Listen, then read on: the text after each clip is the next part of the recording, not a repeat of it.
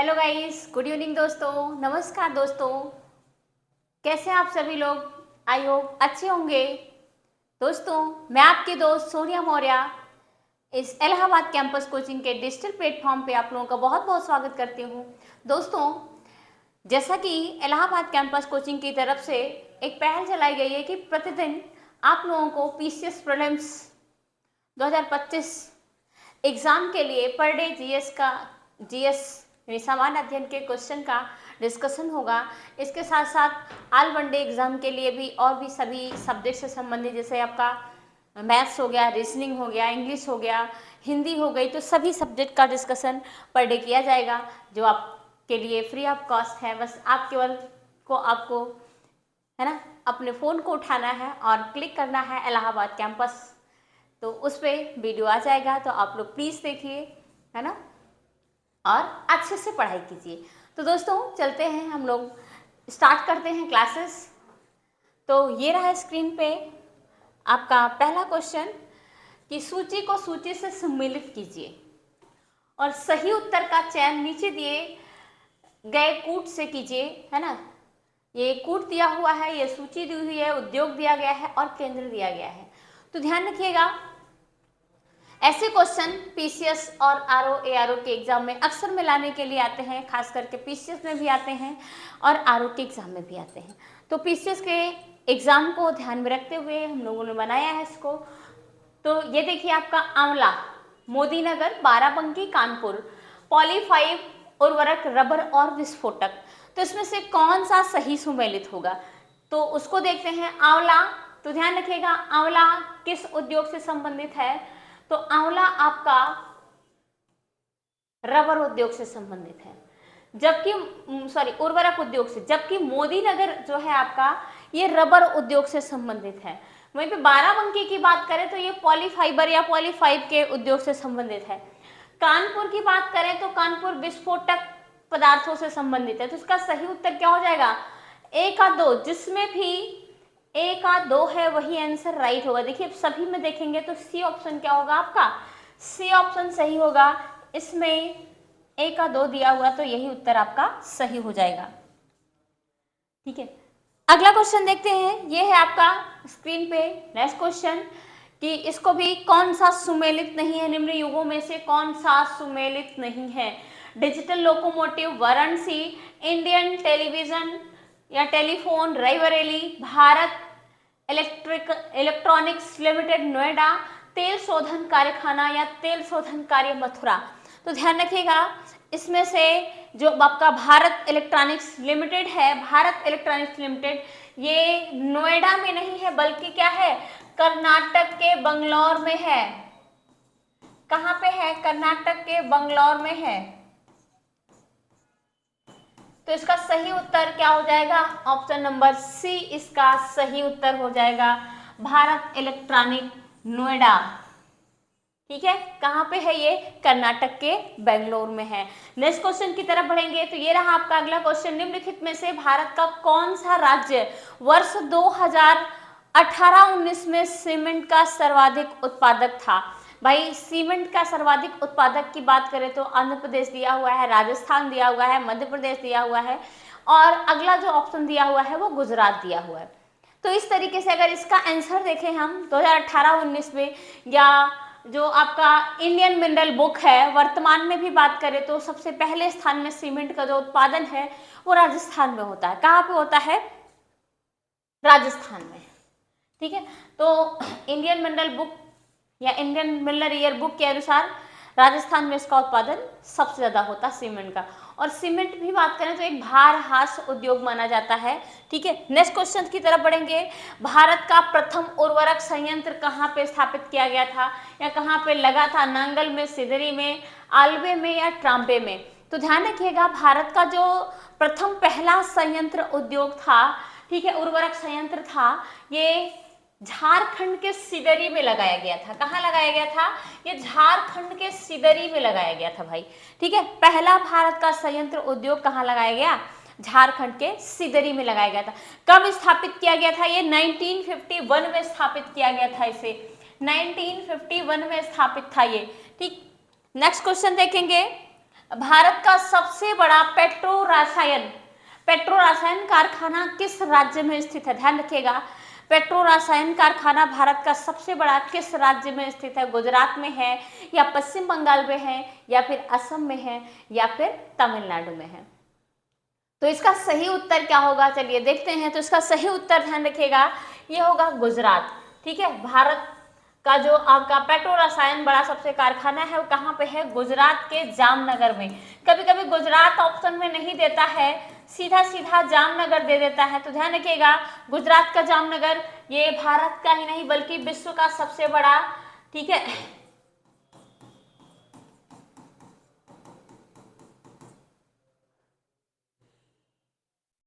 विश्व की सबसे बड़ी तेल रिफाइनरी है।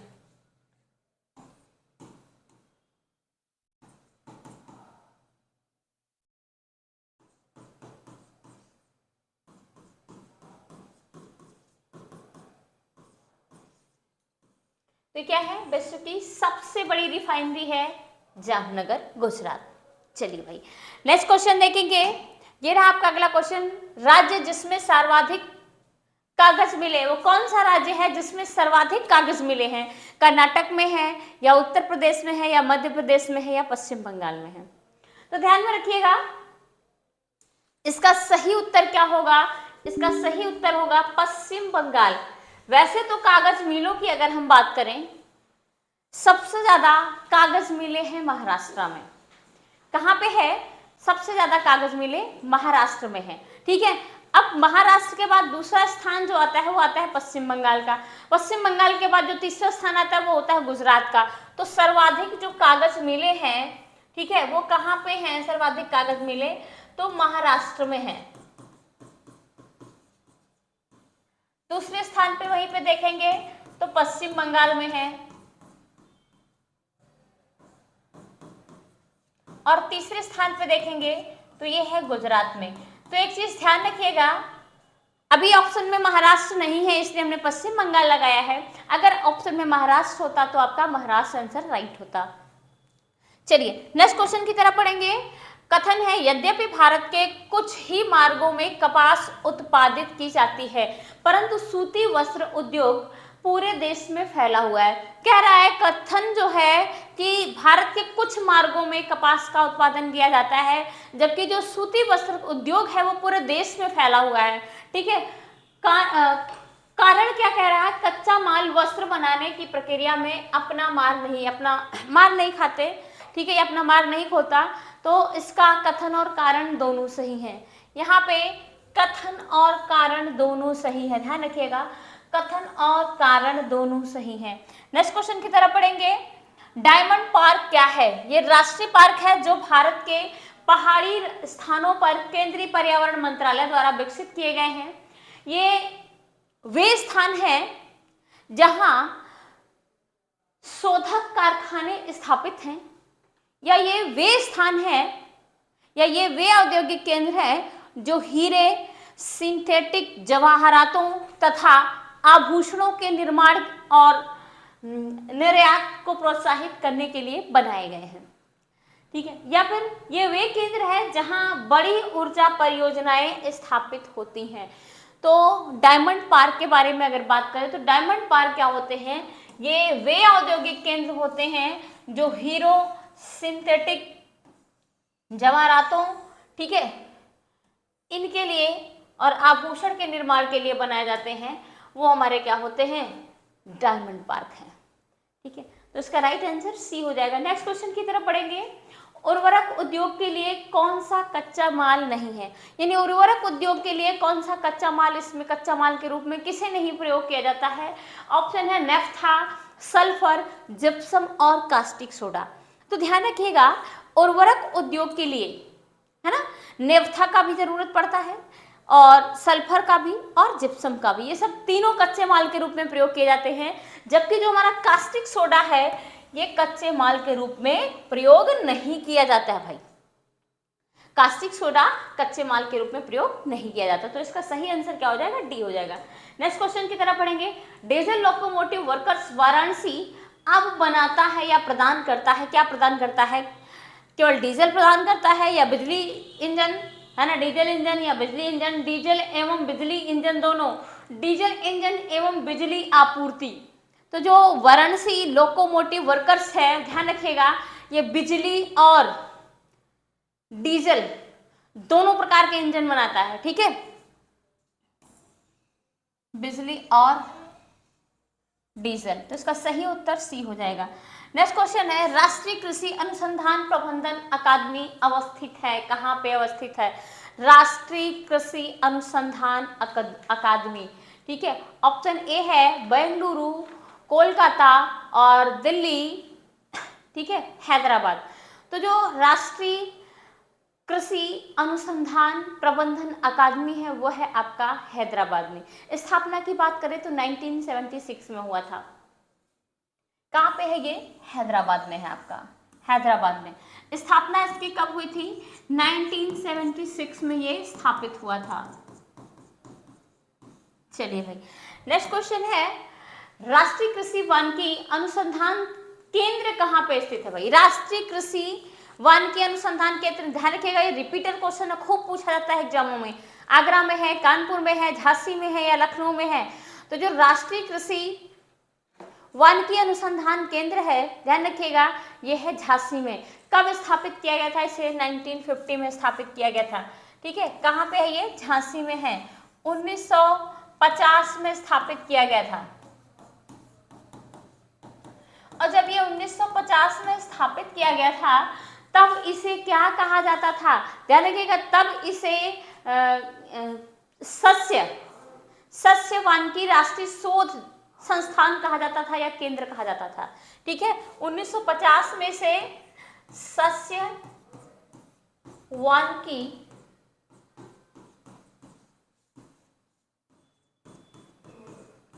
राष्ट्रीय शोध संस्थान या शोध केंद्र कहा जाता था इसे।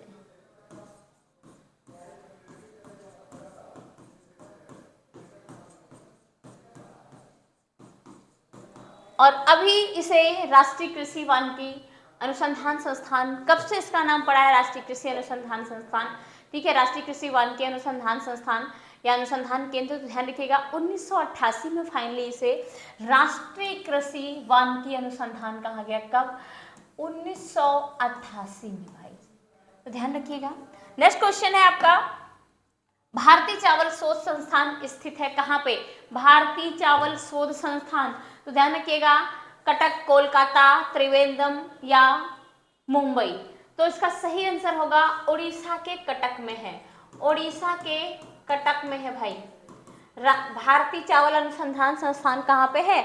उड़ीसा के कटक में है, ठीक है। और इसकी स्थापना की बात करें तो 1946 में हुआ था राष्ट्रीय चावल अनुसंधान के रूप में। बाद में इसे भारतीय चावल अनुसंधान के नाम से जाने जाना लगा, ठीक है। तो ये भी ध्यान में रखिएगा। अब अच्छा, जब भारतीय चावल अनुसंधान शोध संस्थान है, ठीक है, तो ये अब आपका हैदराबाद में हो गया है, हैदराबाद में। और जो कटक में था वो राष्ट्रीय, बात एक ही है, केवल नाम थोड़ा सा डिफरेंस है, राष्ट्रीय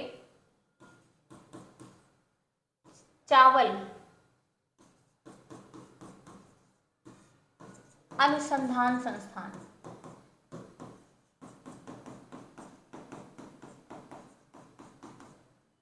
ठीक है।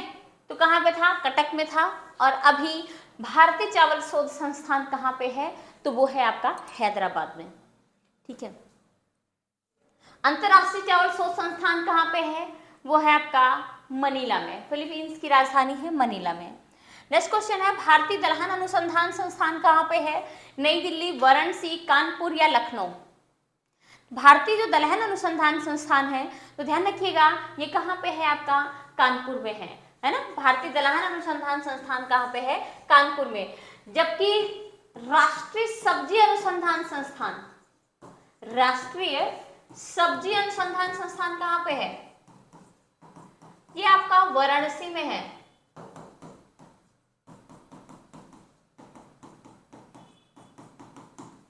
ठीक है। वहीं पे लखनऊ की बात करें तो राष्ट्रीय गन्ना अनुसंधान संस्थान है,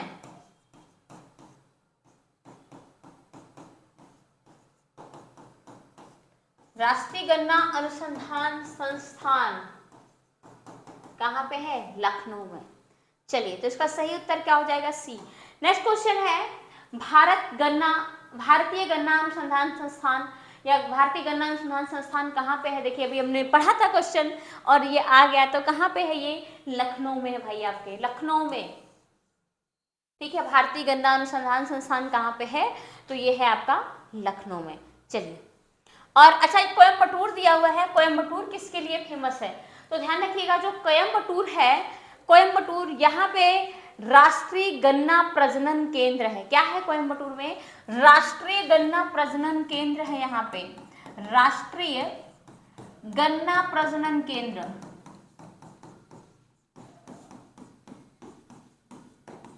कहाँ पे? कोयम्बटूर में। ये नेक्स्ट क्वेश्चन है, भारत के निम्न राज्यों में से किसके प्रांतीय राजमार्गों की सकल लंबाई सबसे अधिक है?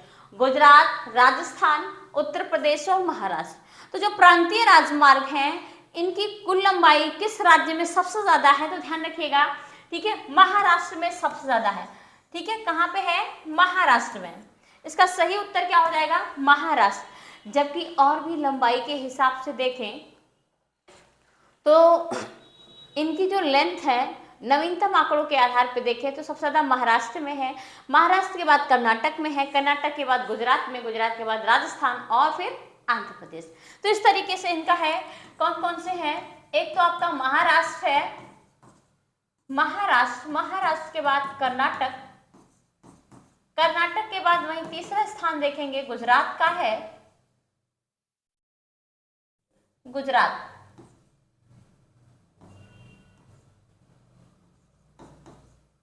और चौथा स्थान है राजस्थान का, जबकि पांचवा स्थान है आंध्र प्रदेश का। जबकि नेशनल हाईवे की बात करें, सर्वाधिक नेशनल हाईवे की लंबाई कहां पे है? तो उत्तर प्रदेश में है। ठीक है, तो इसका सही उत्तर क्या हो जाएगा? डी। नेक्स्ट क्वेश्चन है आपका, भारत की स्वर्णिम चतुर्भुज परियोजना जोड़ती है किसको किसको जोड़ती है? जो स्वर्णिम चतुर्भुज परियोजना है, दिल्ली, मुंबई, चेन्नई, कोलकाता, या दिल्ली, झांसी, बेंगलुरु, कन्याकुमारी, श्रीनगर, दिल्ली, कानपुर, कोलकाता को, पोरबंदर, बेंगलुरु, कोलकाता या कानपुर को। तो ध्यान रखिएगा, जो स्वर्णिम चतुर्भुज परियोजना है, ये हमारे देश के प्रधानमंत्री अटल बिहारी वाजपेयी ने इसकी नींव रखी थी, 1999 में रखा था उन्होंने। ठीक है, ये दिल्ली, मुंबई, चेन्नई और कोलकाता जैसे महानगरों को आपस में जोड़ने के लिए बनाया गया था स्वर्णिम चतुर्भुज परियोजना। तो किसके लिए है ये? दिल्ली, मुंबई, चेन्नई और कोलकाता। ठीक है, इसको आपस में जोड़ने की परियोजना है। और इस परियोजना की शुरुआत की अगर हम बात करें, कब शुरू किया गया था? तो 1999 में भाई हमारे देश के जो प्रधानमंत्री जी थे अटल बिहारी वाजपेयी, उन्हीं के समय में। और इस जो स्वर्णिम चतुर्भुज परियोजना है, इसकी जो टोटल लेंथ है ना, 5846 किलोमीटर है। इसकी कुल लंबाई कितनी है? तो इसकी कुल जो लंबाई है इन चारों महानगरों की जोड़ने की 5846 किलोमीटर भाई। ठीक है, 5846 किलोमीटर। तो इस तरीके से इसका जो आंसर होगा ऑप्शन नंबर ए राइट होगा। नेक्स्ट क्वेश्चन है, निम्न में से कौन सा उत्तर दक्षिण गलियारे पर स्थित है? देखिए, अच्छा क्वेश्चन है। अभी तक आपको पता था कि उत्तर और दक्षिण के गलियारे पे है ना, या उत्तर और दक्षिण के गलियारा दोनों एक दूसरे को कहाँ पे काटते थे? झांसी में काटते थे। रटा रटा यह क्वेश्चन है, लेकिन दिया हुआ है कि निम्न में से कौन सा उत्तर और दक्षिण या उत्तर दक्षिण के गलियारे पे स्थित है? कौन सा शहर है? लखनऊ है, आगरा है, कोटा है या फिर कानपुर है? तो ध्यान रखिएगा, उत्तर से दक्षिण की गलियारे की अगर हम बात करें तो इस पे कौन सा शहर स्थित है? तो इस पे शहर स्थित है आगरा। आगरा। अगर शहरों की बात करें तो आगरा के बाद उत्तर से दक्षिण के क्रम में आगरा हो गया आपका, ग्वालियर हो गया, नागपुर हो गया, है ना, और कृष्णागिरी। कौन कौन से शहर हैं? आगरा, ग्वालियर, नागपुर और कृष्णागिरी। ये उत्तर से दक्षिण के क्रम में शहर है भाई, उत्तर से दक्षिण के क्रम में स्थित है। ये कभी सीक्वेंस लगाने के लिए पूछ सकता है।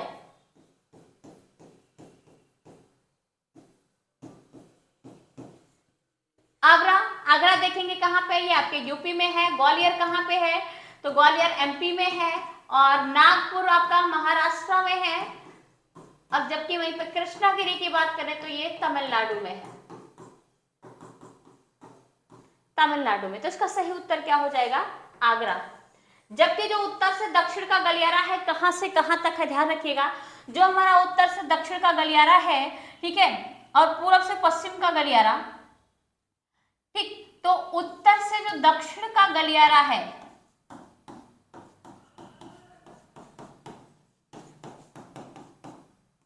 उत्तर से दक्षिण का गलियारा, ये है आपका श्रीनगर से कन्याकुमारी, श्रीनगर से कन्याकुमारी। जबकि वहीं पे देखें हम पश्चिम से पूरब का गलियारा या पूरब से पश्चिम का गलियारा कहां पे है, तो पूरब से पश्चिम का जो गलियारा है वो है आपका पोरबंदर, पोरबंदर से सिलचर तक है। सिलचर असम में है आपका और पोरबंदर गुजरात में है, ठीक है। तो ये इस तरीके से बनाया गया है। चलिए नेक्स्ट क्वेश्चन की तरफ पढ़ते हैं। ये रहा आपका अगला क्वेश्चन, जवाहर सुरंग कहां से गुजरती है, तो ये दर्रा दिया हुआ है, पीर पंजाल दर्रा, बनिहाल दर्रा, बुर्जिल दर्रा या जोजिला दर्रा, ठीक है। तो ध्यान रखिएगा, जवाहर सुरंग जम्मू कश्मीर में ये बनिहाल दर्रे से होकर गुजरती है। कहां से गुजरती है, तो ये बनिहाल दर्रे से होकर गुजरती है भाई, बनिहाल दर्रे से। नेक्स्ट क्वेश्चन है, निम्नलिखित में से कौन सा बंदरगाह भारत के पूर्वी तट पर नहीं है, चेन्नई बंदरगाह, कांडला बंदरगाह, पारादीप बंदरगाह या तूतीकोरिन बंदरगाह। तो ध्यान रखिएगा, जो भारत के पूर्वी तट पे है, ठीक है, सॉरी पूर्वी तट पे नहीं है, तो ये है आपका कांडला बंदरगाह। कांडला बंदरगाह की स्थिति देखेंगे तो ये है गुजरात में, कहां पे है, गुजरात में।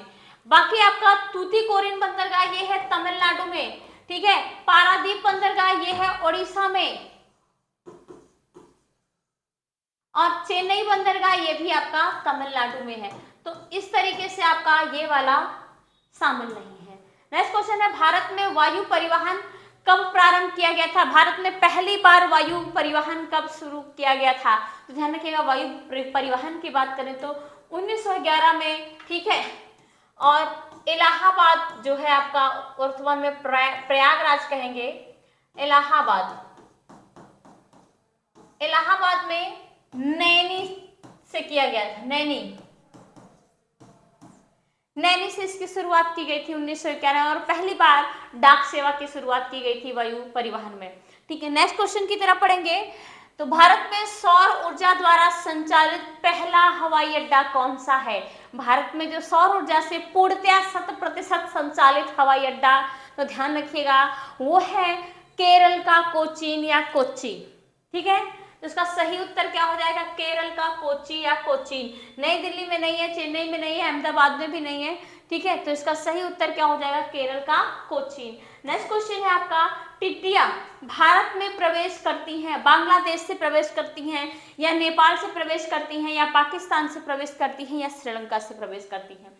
तो जो टिड्डियां हैं, टिड्डी ये हमारे खेतों को बहुत नुकसान पहुंचाती हैं, तो कहाँ पे है, ये पाकिस्तान से भारत में प्रवेश करती हैं टिड्डियां, ठीक है। नेक्स्ट क्वेश्चन है आपका, तारों का रंग सूचक है, क्या है भाई, सूर्य से दूरी का तारे कैसे रंग प्रदर्शित करते हैं, या उनकी ज्योति का होता है, या फिर उसकी पृथ्वी से दूरी का होता है, या फिर उसके ताप के अनुसार होता है। तो ध्यान रखिएगा, हमेशा जो तारों का रंग होता है उनके ताप के आधार पे होता है, जब जो उनका तापमान होता है, टेम्परेचर होता है, उसी के आधार पे इनका रंग क्या होता है, प्रदर्शित होता है। और सबसे ज़्यादा तापमान वाला, सबसे ज़्यादा जो तापमान वाला तारा होता है वो होता है नीला तारा, ठीक है। नीले तारे का जो तापमान होता है 50,000 से लेके 28,000, ठीक है, तक उसका जो टेम्परेचर होता है कितने तक होता है नीले तारा, नीला तारा, इसका जो तापमान होता है सबसे ज्यादा होता है, सबसे अधिक होता है। कितना होता है? तो 50,000 से लेके 28,000 तक, 50,000 से 28,000 डिग्री सेल्सियस तक होता है। जबकि सबसे कम ताप वाला तारा, सबसे कम ताप वाला तारा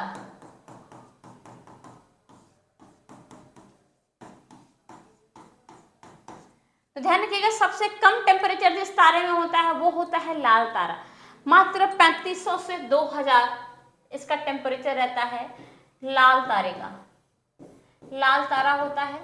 और इसका जो तापमान होता है 3500 से 2000 तक। तो नेक्स्ट क्वेश्चन की तरफ पढ़ेंगे। ब्लैक होल अंतरिक्ष में एक पिंड है जो किसी प्रकार के विकिरण यानी रेडिएशन को बाहर नहीं आने देता। इस गुण के कारण इसका आकार बहुत छोटा होता है या बहुत बड़ा होता है या बहुत उच्च, बहुत हाई डेंसिटी यानी घनत्व होता है और बहुत कम घनत्व होता है। तो ध्यान रखिएगा, जो ब्लैक होल है उसकी जो डेंसिटी है, उसका जो घनत्व है बहुत ज्यादा होता है। ठीक है, तो इसका घनत्व क्या होता है? बहुत उच्च होता है, बहुत उच्च होता है। नेक्स्ट क्वेश्चन है, यह किसने सर्वप्रथम प्रतिपादित किया कि सूर्य हमारे सौरमंडल का केंद्र है और पृथ्वी उसकी परिक्रमा करती है? ध्यान रखिएगा, यह किसने किया था? ठीक है, तो न्यूटन ने नहीं किया था, गैलीलियो है, पर्नी है, ठीक है, और कॉपरनिकस है। तो सबसे पहले ये किसने प्रदर्शित किया था? तो ये किया था 1514 ईस्वी में। ठीक है, कॉपरनिकस ने किया था। किसने किया था? कॉपरनिकस महोदय ने किया था। ठीक, इसका सही उत्तर क्या हो जाएगा? डी ऑप्शन राइट हो जाएगा। नेक्स्ट क्वेश्चन है, पृथ्वी स्थित है शुक्र एवं मंगल के मध्य, मंगल एवं बृहस्पति के मध्य, या शुक्र एवं बृहस्पति के मध्य, या बुध एवं शुक्र के मध्य? तो ध्यान रखिएगा, जो हमारी पृथ्वी स्थित है किसके बीच स्थित है भाई?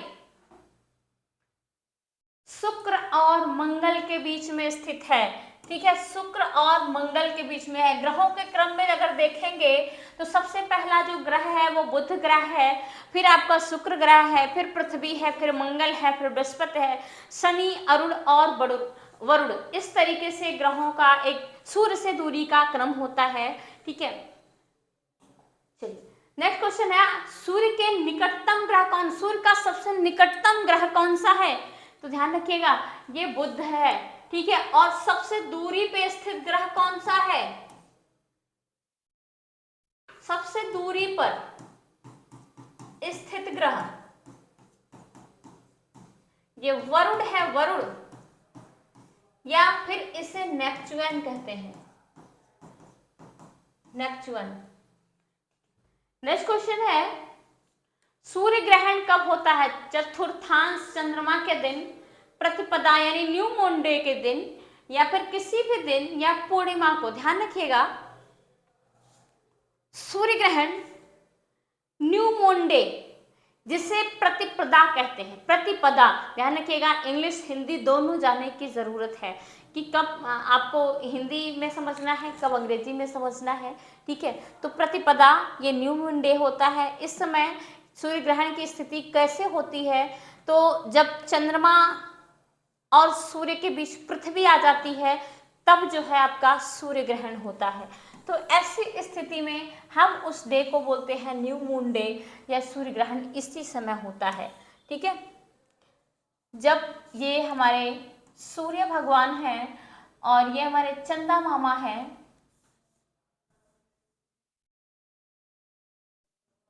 और ये अर्थ है।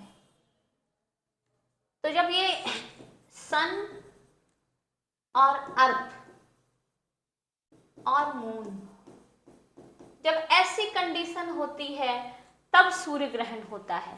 ठीक है, ऐसी स्थिति में सूर्य ग्रहण होता है, ध्यान रखिएगा। नेक्स्ट क्वेश्चन है, सूर्य का आकार पृथ्वी के कितने गुना बड़ा है? जो सूर्य का आकार है वो पृथ्वी से कितने गुना बड़ा है? 124 गुना, 100 गुना, 109 गुना, या फिर 115 गुना? तो ध्यान रखिएगा, जो सूर्य का आकार है पृथ्वी से 109 गुना बड़ा है। कितना बड़ा है? 109 गुना बड़ा है। पृथ्वी से सूर्य का आकार 109 गुना बड़ा है। अगर सूर्य की हम त्रिज्या की बात करें तो त्रिज्या इसकी जो है 6,95,700 किलोमीटर है। सूर्य की जो त्रिज्या है, इसकी त्रिज्या 6,95,700 किलोमीटर। जबकि वहीं पे अगर बात करें हम पृथ्वी की त्रिज्या, यानी इसका माध्य कितना है, त्रिज्या का माध्य जो है पृथ्वी का वो 6,378 किलोमीटर है। कितना है पृथ्वी का? 6,000। पृथ्वी की जो त्रिज्या है 6,378 किलोमीटर है। तो इसके हिसाब से जो सूर्य का आकार है पृथ्वी से 109 गुना बड़ा है। तो दोस्तों आज हम लोग यहीं तक देखेंगे। अब अगली क्लास में मिलेंगे नए सब्जेक्ट के साथ और नए क्वेश्चन के साथ। Thank you.